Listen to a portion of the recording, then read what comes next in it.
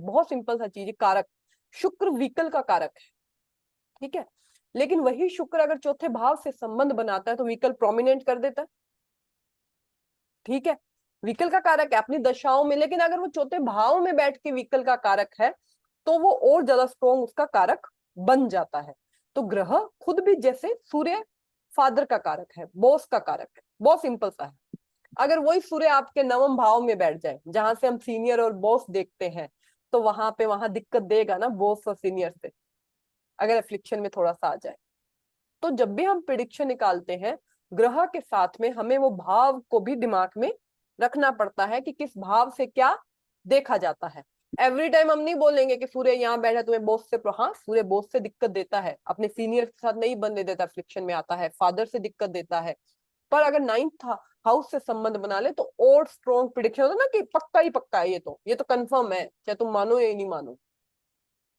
तो ये कैसे, तो पहला ग्रह है आज का हमारा, मैम एक बता देंगे ये वाला सन वाला? कैसे? आपने नाइन्थ भाव से कनेक्ट किया ना कि सन नाइन्थ भाव में होगा तो दिक्कत देगा, एक बार ये अगर वापस बता। एफ्लिक्शन में हो, थोड़ा सा भी एफ्लिक्शन में हो, तो सूर्य दिक्कत देता है, बॉस और सीनियर से नहीं बनती है, फादर से नहीं बनती है, वैचारिक मतभेद या दूरी रहती है। सूर्य नाइन्थ हाउस में आ जाए और थोड़ा सा एफ्लिक्शन में आ जाए। सो मैम 10 हाउस में भी हो सकता है ये? हाँ, ये 10th हाउस में भी होता है, 8th हाउस में भी होता है, ओके। ठीक है। पर अभी मुझे एक बार कंप्लीट करने दो, उसके बाद प्लीज अपने क्वेश्चन पूछ लीजिएगा, ठीक है। सूर्य राजा है, सभी को पता है, अग्नि तत्व है, सात्विक ग्रह है। सात्विक ग्रह अंदर तीन ही आते हैं, सूर्य, चंद्रमा और गुरु और ब्रह। तो हम जब भी इनके सूर्य के बारे में सोचते, सूर्य किन किन चीजों का कारक है, जैसे सूर्य फादर का कारक है, आत्मा है, बोन्स का कारक है, ठीक है, हमारे मान सम्मान का कारक है, इज्जत का कारक है। तो जब भी अगर हमें इनसे अच्छी चीजें मिल रही हैं, तो मान लिया हमारी बेइज्जती हो रही है, तो वो भी सूर्य ही है, सूर्य अफ्लिक्शन में आ रहा है। हम बोलते हैं ना हमें फेम चाहिए, फेम चाहिए, तो हम कहते हैं कि सूर्य को जल दो, सूर्य के मंत्रों का जाप करो, ठीक है। लेकिन कई बार दिक्कत, फेम से भी दिक्कत आती है ना, आप बेवजह आपका बदनामी हो रहा है, तो वो भी सूर्य ही है, वो एफ्लिक्टेड सूर्य है। जब कोई कहे ना कि मेरे को दिक्कत आ रहा है, बेवजह मेरे बारे में रूमर फैल रहा है बेवजह, तो वो सूर्य है, सीधा सूर्य को पकड़ना है मुझे, ठीक है। मेरे बोन्स में दिक्कत है, सूर्य, मेरे हार्ट में दिक्कत है, सूर्य, फादर से दिक्कत है, सूर्य, बॉस से दिक्कत है, क्योंकि हमारे पास वही आएंगे जिनको दिक्कत है, खुश होके तो कोई आएगा नहीं, ठीक है। तो कोई ग्रह जब एफ्लिक्शन में होता है, तो जिस ग्रह जो बात अपनी चल रही होती है ना, उस बात से हम समझ जाते हैं कि अब सूर्य राजा है, साम्राज्य है, सत्ता है, राजा सूर्य सत्ता है, ठीक है। लगन में सूर्य आ जाए, अग्नि है, अग्नि तत्व है, क्षत्रिय है। तो जब हम देखते हैं कि क्षत्रिय है, अग्नि तत्व है, राजा है, तो उसका स्वभाव जातक का कैसा होगा, लग जाए लियो के लिए, जैसे मैंने बताया लियो के लिए, सेम सूर्य के लिए वैसा ही स्वभाव होगा, राजा के समान। राजा के समान हमेशा ये नहीं कहते कि वो राजा ही है, लेकिन आपकी अच्छा है तो आपके एरिया में, आपके खानदान में, आपके फैमिली में, आपके में आपका राजा के समान आपका जीवन है। और अगर अफ्लिक्शन में है, तो वो आप चाहते बहुत है, वो मिल नहीं पा रहे आप, पर रुतबा आपको राजा के समान सूर्य लगन में, या सूर्य लग्नेश के साथ बैठ जाए, लगन लग्नेश, या सूर्य लगन में बैठ जाए, सूर्य लग्नेश के साथ बैठ जाए, या 5 नंबर का लगन बन जाए आपका, या ये सब स्वभाव सूर्य की वजह से आपको मिलता है। मैं हमेशा बोलती हूँ सूर्य ईमानदारी, एथिक्स, नैतिकता का कारक है। तो दो ग्रह हैं ईमानदारी, नैतिकता और एथिक्स के कारक, सूर्य और जुपिटर, ठीक है। इनसे संबंधित जब दिक्कत दिखती है हमें, सीधा पता है कि हमें इन दो ग्रहों में दिक्कत है। सूर्य सरकार है, सरकार से कोई दिक्कत आती है, जैसे इनकम टैक्स की रेट पड़ा, या सरकार का आपका हिस्सा गया, सरकार से जब दिक्कत आती है तो आप सूर्य को देखेंगे सीधा। तो सूर्य ग्रह समझने का तरीका क्या होता है, प्रिडिक्शन आप कैसे भी निकाल सकते हो। थर्ड हाउस में सूर्य है, अग्नि ग्रह है, क्षत्रिय है, तो आपको साहस देता है, ठीक है, राजा है। लेकिन सेकंड हाउस, लेकिन सूर्य की अग्नि को हमें देखना होता है कि सूर्य की अग्नि कैसी है। बहुत सिंपल सा मैं एक एग्जांपल दिखाती हूँ, जो भी अनम्यूट है प्लीज अपने आप को म्यूट करें। बहुत सिंपल सा एग्जांपल दिखाती हूँ, हमें किसी चीज को प्रिडिक्शन में कैसे लेके आना होता है, जैसे कैसे समझना होता है चीज को। जैसे आज का ही कंसल्टेशन था, उनका मिथुन लगन था, ठीक है।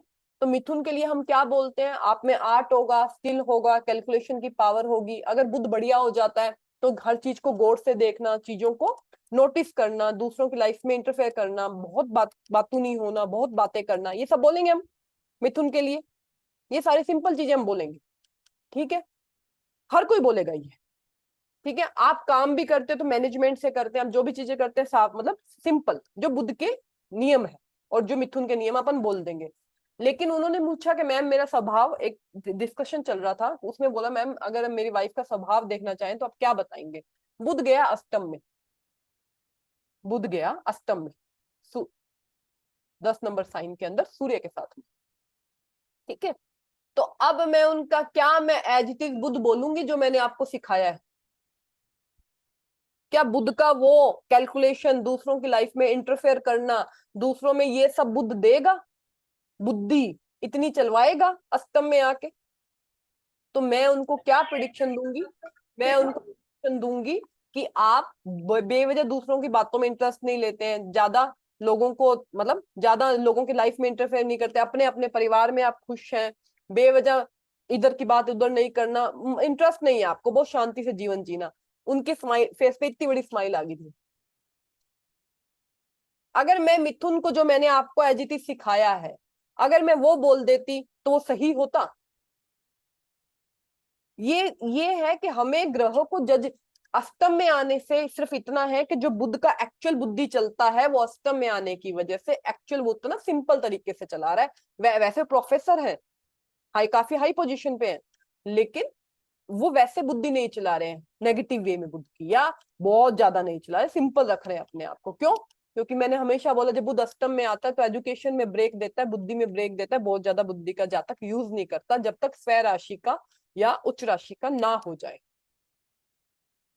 तो इतना समझ आया कि हमें राशि को कैसे यूज करना है, क्योंकि मैं जो बताऊंगी मिथुन राशि का वो आप एज इट इज लिख दोगे, लेकिन बुध की स्थिति पर सब कुछ चेंज हो जाता है ना। सेम सेम अब मैं यहाँ पर सूर्य समझा रही हूं, तो सूर्य अच्छा है, बली है, आप में जितना भी कॉन्फिडेंस जिसके अंदर स्ट्रोंग है वो सूर्य बहुत बढ़िया है उसका, कहीं जाके कुछ भी बोलना, किसी से भी लड़ना, ठीक है। और अगर कॉन्फिडेंस की कमी है तो सूर्य दिक्कत में, आप में बोलने की हिम्मत नहीं है, तो सूर्य राजा है, तो सूर्य ये सारी चीजें अच्छी भी करता है और ये सारी चीजें बुरी भी करता है, ठीक है। तो हमें हमेशा ग्रहों को समझना है, ये कि जब तक अगर बोले कि मेरे को सरकार से दिक्कत है, मेरे को किसी चीज, तो हमें समझ आ जाना चाहिए कि इसका सूर्य खराब हो रहा है, रेमेडी किसकी देना है? सूर्य का, ठीक है। यहां पर चीजें बदलती है। तो फेम, सूर्य फेम है, सूर्य सत्ता है, सूर्य साम्राज्य है, पिता है, बॉस है, फादर है, आपका गवर्नमेंट से रिलेशन है, आपकी समाज में प्रतिष्ठा है, फेम है, सम्मान है, इन सारी चीजों का कारक सूर्य बनता है।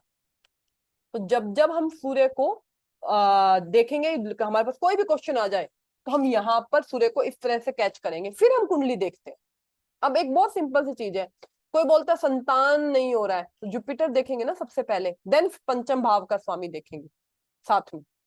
तो वो सारी चीजें हमें अपने दिमाग में इतनी क्लियर होनी चाहिए कि कोई हमारे पास क्यों आया है, ठीक है। चंद्रमा दूसरा है ग्रह, चंद्रमा, चंद्रमा किसका कारक है? जल तत्व ग्रह है, ठीक है।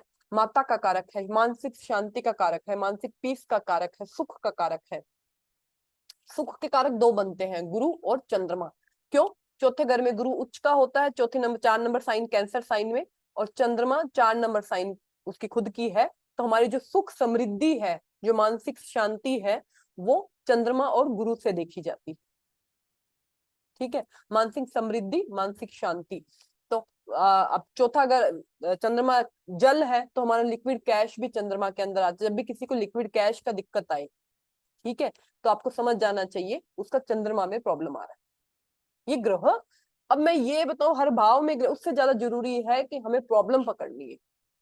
तीसरे लगन में चंद्रमा आता है, चंद्र बहुत सुंदर आपको फेस देता है, बहुत सुंदर, बहुत सॉफ्ट आपका नेचर देता है, जब तक अफ्लिक्शन में ना हो बहुत ज्यादा, ठीक है। तो चंद्रमा अगर लगन में आ जाए तो स्वभाव सिंपल देता है, डाउन टू अर्थ देता है आपको, बहुत सिंपल चीजें मैम आपको। मेरे हाँ जी, सपना जी अपने आप को अनम्यूट करिए प्लीज। मैम मेरा है ना सूर्य और चंद्रमा दोनों ही लग्न भाव में हैं, और बुध और के उसके साथ में केतु के। एक बार मेरे को कंप्लीट करने दीजिए सपना जी प्लीज, मैं लिख के नहीं बैठी, अपना लिख लीजिए क्वेश्चन ना प्लीज।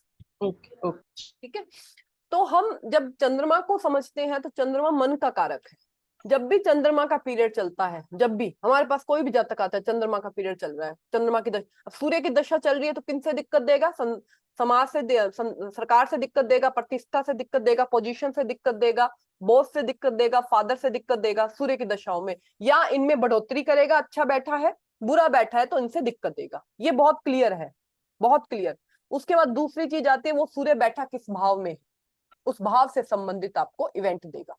ठीक है, इसके बाद आता है चंद्रमा। चंद्रमा मन का कारक है, मानसिक पीस का कारक है। ठीक है, हमारे फेफड़ों का कारक है चंद्रमा, ये लंग्स का कारक है। इन सब चीजों से संबंधित जब दिक्कत आती है ना, चंद्रमा सबसे जरूरी है। चंद्रमा मानसिक पीस का कारक।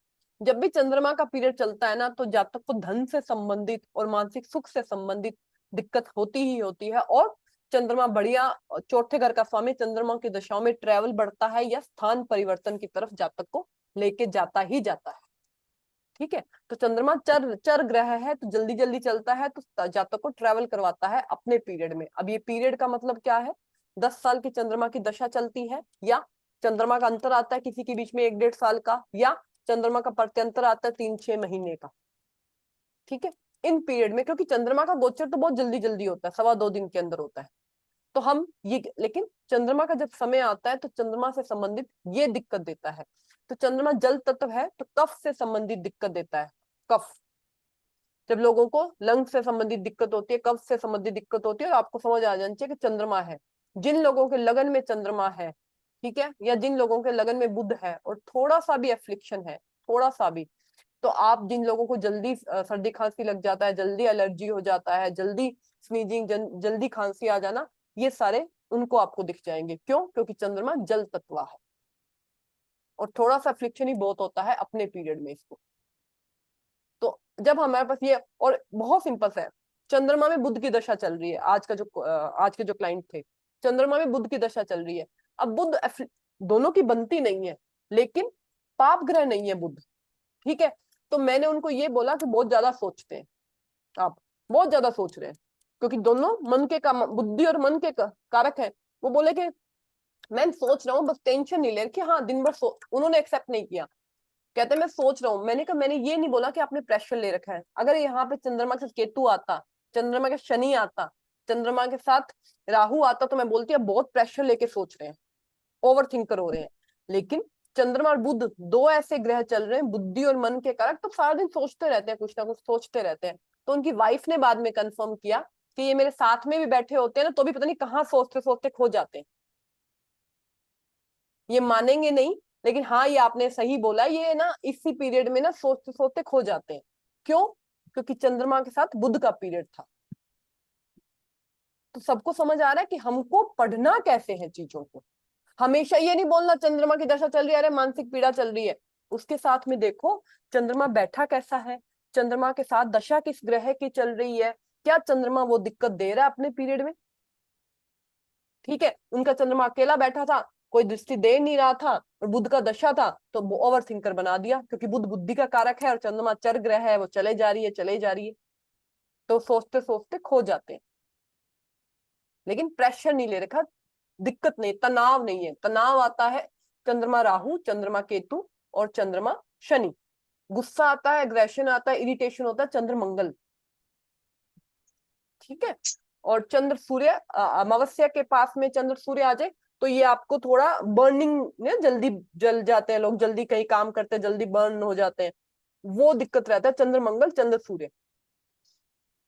ठीक है, जल्दी फटाफट, मतलब या तो हाथ पैर गर्म रहना, या जल्दी काम करते वक्त, जल्दी प्रेस करते वक्त, काम करते वक्त आग मतलब लग जाना जल्दी हाथ पे।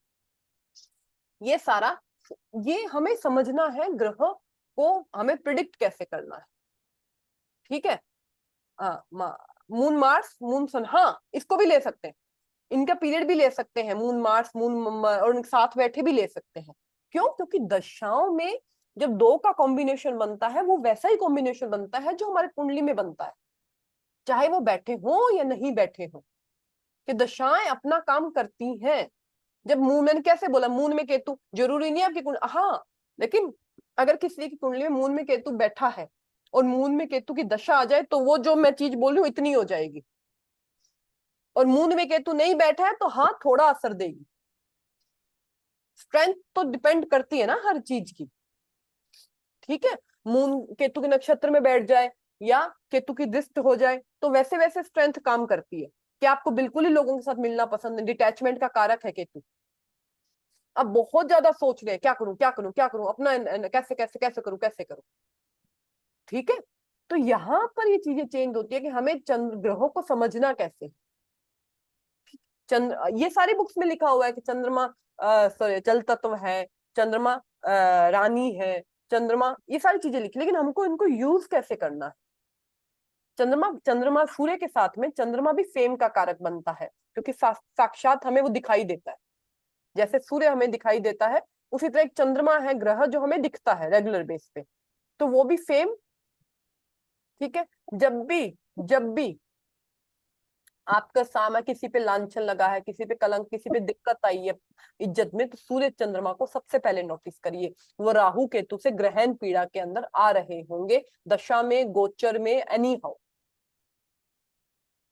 जब भी किसी से आपको दिक्कत समझ आए कि किसी की बदनामी हो रही है, किसी पे कलंक लग रहा है बेवजह का, ना बेवजह ये वजह से, ठीक है, तो आप सूर्य चंद्रमा का अफ्लिक्शन देखेंगे राहु केतु के साथ में। क्यों? क्योंकि राहु केतु उनको ग्रहण लगाते हैं। वो गोचर में भी हो सकता है, वो दशा में भी हो सकता है, और कुंडली में ऑलरेडी है तो होता ही रहता है, ठीक है। लेकिन जैसे मान लीजिए किसी का सूर्य 12 नंबर का है, 12 नंबर 15 मार्च से लेके 15 अप्रैल के बीच में कोई बॉर्न है, ठीक है, सूर्य 12 नंबर का है, 18 महीने से राहु वहीं पे थे, पिछले 18 महीने से राहु 12 नंबर में ही है, मई तक। तो इन लोगों से पूछ लीजिए कि इस टाइम पे कितना इंसल्ट या बेवजह के रूमर्स या बेवजह की चीजें बर्दाश्त करनी पड़ी है, जिनका जो भी बॉर्न है 15 मार्च से लेकर 15 अप्रैल के बीच में। क्यों? क्योंकि राहु 18 महीने के लिए उनके सूर्य के ऊपर आ गया है।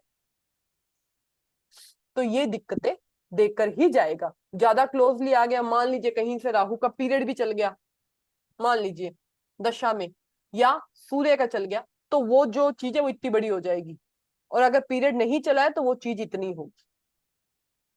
सब डिपेंड करता है कितने स्ट्रॉन्ग कॉम्बिनेशन बन रहे हैं, कितने स्ट्रॉन्ग चीजें बन रही हैं, पर ये दशाएं इस तरह से काम करती ही करती। तो पहला ग्रह था सूर्य राजा, दूसरा ग्रह था रानी चंद्रमा, सत्ता, सत्ता पोजीशन, गवर्नमेंट से दिक्कत वो देता है, और मदर को इशू देता है, फादर से दिक्कत देता है। चंद्रमा बहुत अफ्लिक्शन में है, बहुत खराब है, बहुत सारा अफ्लिक्शन है, तो माता से दूरी दर्शाता है। आप हॉस्टल में आपकी परवरिश हुई होगी, आप दूर रहते होंगे अपनी माता के साथ, ठीक है। सूर्य को बहुत ज्यादा अफ्लिक्शन है तो फादर से दूरी दर्शाता है। उसके बाद तीसरा ग्रह आता है हमारा मंगल। इतना सबको समझ आया कि हमें ग्रहों को पकड़ना कैसे है? किसी को कोई सूर्य चंद्रमा में कोई डाउट हो? क्योंकि ग्रह हमें एक्चुअल चीज बताते हैं, भाव कारक वो भी एक अपन आगे करेंगे, लेकिन पहले हमें ग्रहों को समझना है कि जातक हमारे पास आ क्यों रहा है।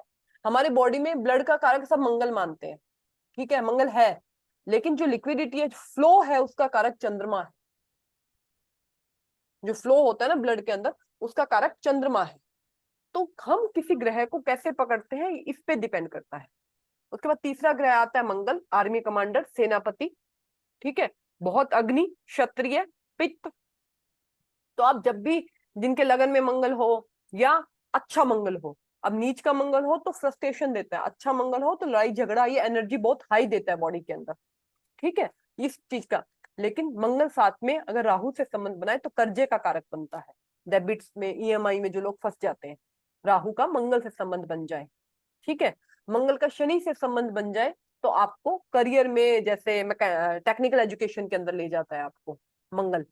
आपके बड़े भाई का कारक है, प्रॉपर्टी का कारक है, तो प्रॉपर्टी का इश्यू किसी का चल रहा हो तब भी मंगल आपको देखना है। बड़े भाई से कोई यंगर सिबलिंग्स के साथ चला हो तब भी आपको मंगल देखना है। ब्लड से कोई इन्फेक्शन चल रहा है तब भी आपको मंगल देखना है। बोन मैरो, मज्जा, जब भी उससे कोई दिक्कत चल रहा है तब भी आपको मंगल देखना है। ये सारी चीजें मंगल है। वाणी, बहुत ज्यादा हार्श वाणी हो जाए तो सेकंड भाव में, बहुत स्ट्रेट फॉरवर्ड हो जाए तो सेकंड भाव में मंगल का संबंध बनता है। जगह जगह पर बेवजह आपके लड़ाई झगड़े हो रहे हैं, बेवजह आपको कट लग रहे हैं बॉडी में, बेवजह ब्लड निकलना, बेवजह चोट लगना, जल्दी जल्दी फ्रैक्चर होना, ये सारा मंगल है। छोटी छोटी बातों में एक्सीडेंट हो जाना, जिनका अष्टम मंगल है, बेवजह आप देखो फ्रैक्चर होते ही रहते हैं, ये चोट लगती रहती है। अष्टम मंगल मतलब कोई सेंस ही नहीं है और चोट लग रही है, अष्टम मंगल। ठीक है, जिनके जीवन में आपने बहुत सारे फ्रैक्चर देखे हुए ना, कभी हाथ पे बंधा होता है, कभी पैर पे बंधा होता है, उनका मंगल का अष्टम से संबंध आपको मिलेगा ही, जिनके पट्टियां बंधी रहती हैं। ठीक है, क्यों? क्योंकि मंगल इन सब चीजों का कारक है और वो अष्टम में अफ्लिक्शन में जा रहा है, तब ऐसी दिक्कत देता है। ठीक है, तो मेरे स्टूडेंट जब सामने बैठे होते हैं, जब मैं ये करवा रही हूँ, मुझे समझ आ जाता है कि उनकी कुंडली में ये लग रहा है या नहीं लग रहा है। ठीक है, क्योंकि उनके रिएक्शन से मुझे दे, और मैं इतनी क्लासेस पढ़ा चुकी हूँ, तो मुझे समझ आ जाता है कि ये ऐसे का। मेरे स्टूडेंट क्लास में ये बांध के आए थे एक बार ऑफलाइन क्लास में, तो मैंने बोला अष्टम मंगल है क्या, कहते हाँ मैडम अष्टम मंगल है। क्योंकि मैंने उनको बहुत बार सुन लिया था कि मेरे फ्रैक्चर होता रहता है मैडम, और उस दिन वो बांध के ही आए थे एक बार क्लास के अंदर। ठीक है, अष्टम मंगल आपको ये दिक्कत देता है, तृतीय मंगल भी देता है, पर ज्यादा स्ट्रॉन्ग अष्टम मंगल देता है आपको इतनी सारी दिक्कत। तो ये सारा सबको समझ आया कि मंगल, ये मैंने पीपीटी में मेरा सब लिखा हुआ है, किस ग्रह से क्या देखा जाता है, वो सब मैंने लिखा हुआ है। लेकिन मेन चीज है आपको समझना, कि आपको समझना क्या है। पीपीटी में लिखा उसको आप उतार लीजिएगा।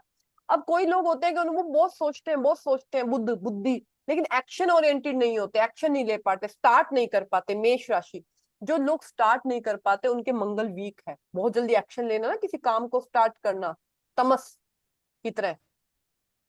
तो बहुत जल्दी जो जो लोग एक्शन नहीं ले पाते हैं ना, वो मंगल उनमें वीक है। और जो हर चीज में जल्दी एक्शन लेते बिना प्लानिंग के, बस चल चल चल, वो भी ज्यादा ही कुछ मंगल है जो एग्जीक्यूट एंडिंग पे नहीं जाता है। तो दोनों चीज मंगल है, एक्शन नहीं लेना और बहुत ज्यादा एक्शन लेना, मतलब दोनों ही बैलेंस नहीं है। या तो बहुत ज्यादा मंगल बढ़िया हो गया तो आप तो कहते हो बस आज ही करना है मुझे काम, या ऐसा मंगल हो गया है कि मुझे काम करना ही नहीं है। ठीक है, जो एक्शन होता है वो भी मंगल के अंदर आता है हमारा। मैंने बोला प्रॉपर्टी होगी, हमारी बॉडी की एनर्जी होगी, ये बॉडी में एनर्जी जैसे होता है ना, कि कुछ दिन हम बहुत बहुत स्ट्रॉन्ग, हमें एनर्जी होती है बॉडी में, और कुछ टाइम पे हम बहुत वीक फील करते हैं। उन दिनों में आपका मंगल वीक हो रहा होता है, कि ऐसा लगता है कि बॉडी में एनर्जी नहीं है। तब भी हेल्थ इशू आता है, तो आपने सुना होगा मूंगा पहनाते हैं। जब भी हेल्थ इशू आता है मूंगा पहनाया जाता है। क्यों? मंगल देह कारक है और बॉडी की एनर्जी का कारक है। तो जब भी किसी को स्ट्रॉन्ग हेल्थ इशू आता है तो फटाफट विदाउट कुंडली देखे लोग मूंगा पहनाते हैं। मेरा भी पहनाया हुआ एक बार किसी को। ठीक है, लेकिन मैंने देख के पहनाया था कुंडली में, पर पहनाया मैंने हेल्थ इशू के लिए ही था। ठीक है, तो उनका हेल्थ इशू इंप्रूव होता है। जिनको हेल्थ इशू फिजिकल रूप से कोई भी हेल्थ इशू आता है तो मूंगा पहनाया जाता है, उसके जगह पे आप लाल थ्रेड भी पहना जाता है। जिनको फोकस का इशू है, जिनको हेल्थ का इशू है, जिनको फिजिकल इशू है, एक्शन नहीं ले पा रहे हैं, एक्शन ओरिएंटेड नहीं है, आलस का इशू है, सही जगह पर अपनी फिजिकल एनर्जी को लगा नहीं पा रहे हैं, एनर्जी बहुत जल्दी ड्रेन हो जाती है, बेवजह के लड़ाई झगड़े करने हैं किसी से जाकर, बहुत रैश ड्राइविंग करते हैं, बहुत फास्ट ड्राइविंग करते हैं, वो सारे मंगल के अंदर आते हैं। क्योंकि आर्मी कमांडर, आप सेनापति सोच लीजिए, सेनापति कैसे काम करेगा, जैसे मंगल काम करेगा वैसे वो जातक काम करेगा। तो हम अग्नि है, अग्नि मतलब ज्यादा जल्दी काम करना। तो मंगल को समझने के लिए हमें ये समझना होता है। अब क्या होता है, इन सभी ग्रहों को अवतारों से भी जोड़ा जाता है। सूर्य को भगवान श्री राम से जोड़ा जाता है, सूर्यवंशी। चंद्रमा को भगवान श्री कृष्ण से जोड़ा जाता है, चंद्रवंशी। और मंगल को जोड़ा जाता है बालाजी इनसे, हमारा अवतार नरसिंह अवतार। ठीक है, हर ग्रह को अवतार से जोड़ा जाता है। अवतार 9 ग्रह हैं, 9 अवतार है, 10वां कल्कि अवतार को नहीं जोड़ा जाता है। तो जब हम देखते हैं सूर्य को समझते हैं, तो भगवान राम ने अपने जीवन में कितने सेक्रीफाइस किए थे। जिनका सूर्य लगन में हो उनको सेक्रीफाइस दर्शाता है कि उनको दूसरों के लिए सेक्रीफाइस करना ही है। ठीक है, भगवान राम पारिवारिक जीवन कैसा था, लगन में सूर्य, सप्तम में सूर्य, पारिवारिक जीवन मुझे बोलने की जरूरत नहीं है। ठीक है, तो वैसा आपको जीवन दर्शाता है, वैसा भगवान सेक्रीफाइस करना। ये नहीं कि सूर्य लगन में तो अपने आप को भगवान राम समझने लग जाओ, सिर्फ मैं उसका वो एक बता रही हूँ कि आप उसको इस तरह से भी सोच सकते हैं कि भगवान राम का जीवन क्या था, दूसरों के लिए जीना। सूर्य लगन में दूसरों के लिए जीना, बहुत सारे लोगों का पालन करना, पोषण करना। आपके नीचे बहुत सारे, आपने भाई के बच्चों का या अपने फैमिली में किसी को आप पाल रहे हैं सूर्य लगन में, या आपका ऐसा है कि मुझे उसकी एजुकेशन का खर्चा उठा लूं। ठीक है, चंद्र लगन में कृष्ण, नटखट, बहुत एनर्जी, कितनी एनर्जी से आप उनको काम करवा लो, दिन भर काम कर मतलब, और दिन मतलब चंचल, जो टिक के नहीं बैठते हैं, लगन में चंद्रमा टिक के नहीं बैठते हैं लोग कभी भी, एनी टाइम कुछ ना कुछ चलता रहेगा कृष्णा की तरह। ठीक है, उसके बाद आते हैं हमारे मंगल। मंगल आते हैं नरसिंह अवतार। नरसिंह अवतार किसी को बचाने के लिए आए थे ना, जिम्मेदारी निभाने आए थे ना, तो मंगल रिस्पॉन्सिबिलिटी का कारक है। जिसके लगन में मंगल हो, जिसके लगन में मंगल हो, या जिस भाव में आपके मंगल है, उस भाव से संबंधित रिस्पॉन्सिबिलिटी आपके ऊपर आने वाली है आपके जीवन के अंदर। अगर लगन में है तो पूरे घर की रिस्पॉन्सिबिलिटी आने वाली है, दूसरे भाव में है तो फैमिली की रिस्पॉन्सिबिलिटी आने वाली है, 11वें घर में है तो घर के जो पैसा है ना, ओवरऑल इनकम संभालने की, अकाउंट संभालने की जिम्मेदारी आपके ऊपर आने वाली है। पंचम में है तो संतान की जिम्मेदारी आप पे आने वाली है। फोर्थ में है तो प्रॉपर्टी की जिम्मेदारी, मतलब जिम्मेदारी आपके ऊपर आने वाली है। क्यों? आर्मी कमांडर के ऊपर जिम्मेदारी आती है, राजा तो सिर्फ ऑर्डर देता है उसको। ठीक है, तो इस तरह से नरसिंह भगवान उनको बचाने आए थे, तो नरसिंह भगवान को शांत करना पड़ा था, बहुत एग्रेशन था ना उनके अंदर, तो उनको शांत करना पड़ा था। वैसे ही मंगल की एनर्जी को चैनलाइज करना पड़ता है, हमेशा हमेशा मंगल की एनर्जी को आपको चैनलाइज करना पड़ेगा। चैनलाइज का मतलब है, ज्यादा मंगल आपको लगे मेरे को इरिटेशन ज्यादा हो रही है, फ्रस्ट्रेशन ज्यादा हो रही है, या आपका मंगल लगन में है, उच्च का मंगल है, स्कॉर्पियो का मंगल है, लग्नेश से संबंध बना रहा है, चंद्रमा से संबंध बना रहा है, समय समय पे ब्लड डोनेशन करिए, स्पेशली ऑन योर बर्थडे।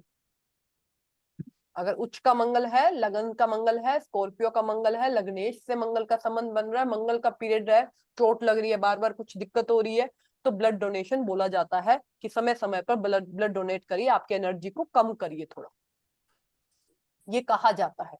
और ये मंगल के पीरियड में कहने वाला वो भी है कि मंगल के पीरियड चल रहा है तो आप ब्लड डोनेट करवा करिए समय समय पर।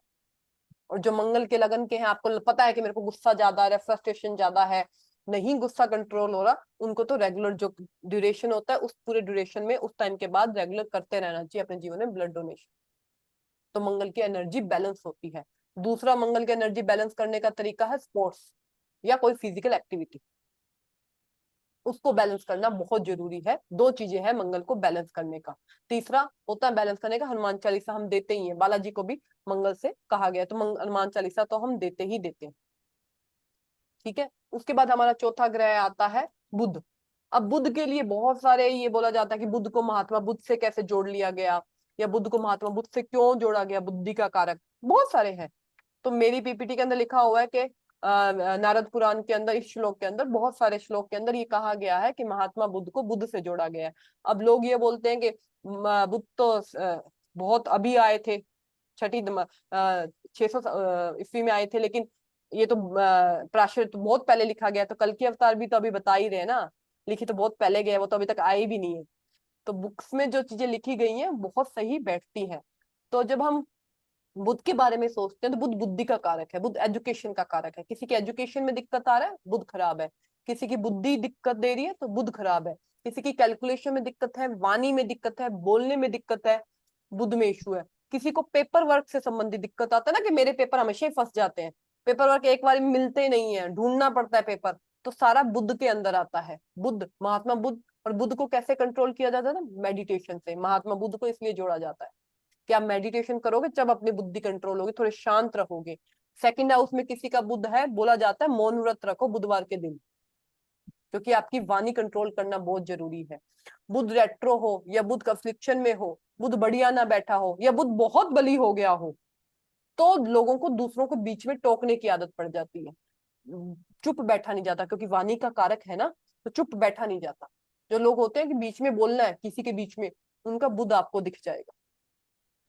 ठीक है, तो कम्युनिकेशन से संबंधित दिक्कत, फोन लैपटॉप जल्दी खराब होना, पेपर वर्क से संबंधित दिक्कत, एजुकेशन से संबंधित दिक्कत, बुद्धि जो होता है ना कि याददाश्त कम हो रही है, मेमोरी कम हो रही है, चीजें याद नहीं रहती, ये सारा बुद्ध है।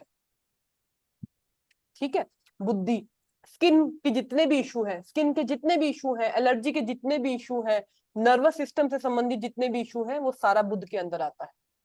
तो कईयों को आप देखोगे कि मैंने जैसे बुध में, मैंने पहले बहुत बार बताया कि बुध में शनि की दशा हो, बुध में केतु की दशा, बुध में राहु की दशा हो, सीधा पूछो वेन से संबंधित, स्किन से संबंधित, या एलर्जी कोई हो रखी है आपको, ये दर्शाएगा बुध की पीरियड में। क्यों? क्योंकि बुध इसका कारक है।